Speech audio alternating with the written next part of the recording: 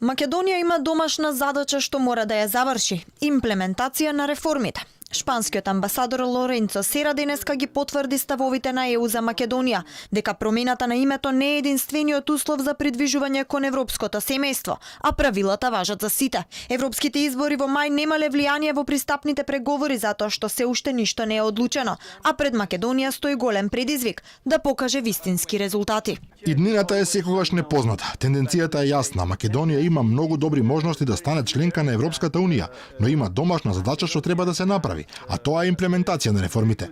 Многу од реформите што ЕУ ги бара од Македонија да ги имплементира се за доброто на македонските граѓани.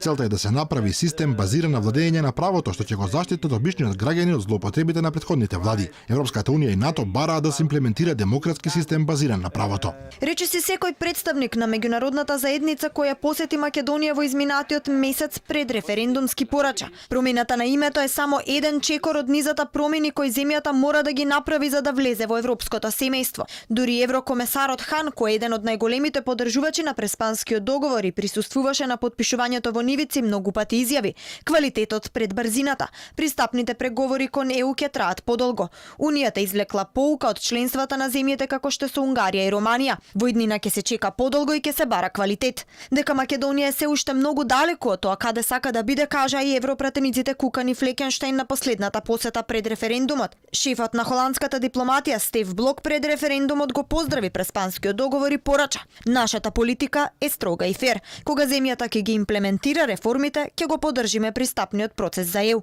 Холандија е една од земјите кои овој јуни во Луксембург жестоко се противаше за влез на Македонија во Европската унија. Па така Македонија на европската врата остана да чека до наредната година.